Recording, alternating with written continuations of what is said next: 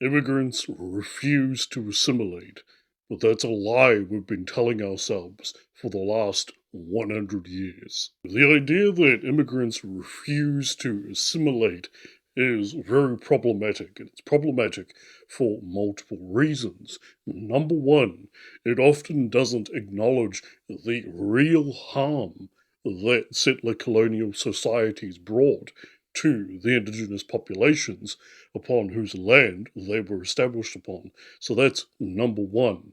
And it's insulting, particularly to a Māori or an Aboriginal or First Nations person or whatever, to hear from the very people that undermined their culture and did everything possible to erase their language and essentially got rich off of their land. You know, the saying getting fat off of the fat of the lamb. It's insulting, but it's also not true that current immigrants refuse to assimilate. The reality is much more complex, and if we consult the work of Randolph Bourne, he was an American, he came along and critiqued the notion of the melting pot. So, what is the melting pot? The melting pot is basically this idea, it's an American idea, that everyone sort of gets, it goes into the sort of big soup, and then they all come out American, essentially. And Henry Ford was a big proponent of this. It is problematic because it is simply not true. The reality is there's a reason why you have distinctions like Chinese American or Irish American, and Bourne sought to explain the existence of these distinctions, and it's simply this.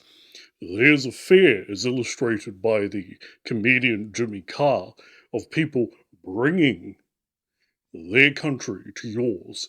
And in reality, what they do is, according to Bourne, is they leave their country for your country and bring with them a spiritual version of their country, so to speak. So, what does that mean? Well, Bourne gets into the example of Irish. They came to America and they have with them a version of Ireland that their grandparents gave them, that they grew up hearing about, but that doesn't exist in reality. The reality is that they neither assimilate nor do they colonize, unlike settler colonial societies. Rather, what they do is something in between, in which they become part of the country, oftentimes taking great pride in being from that country, particularly the ones that grew up there, which is natural because this is the country that you grew up in, you have lots of good memories, your developing years were there, you lost your virginity there, and so on and so forth. So this place means something to you.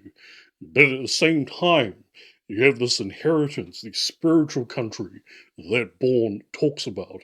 And this is a sort of liminal space that exists in between the country that your community, this diaspora essentially, now lives in and embraces, but also the actual country that was left behind because that country changed. So here's an example.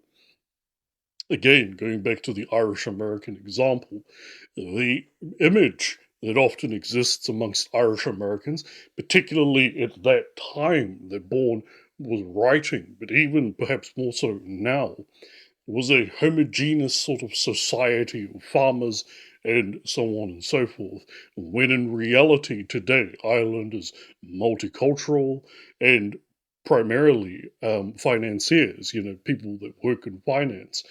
So the homogeneous sort of farmer society is a memory captured in time that has been cherished by the community ever since. And this is what Randolph Bourne argues is the mature and realistic alternative to the melting pot, that people come in with their spiritual country, so to speak, and they become part of the diversity that is America.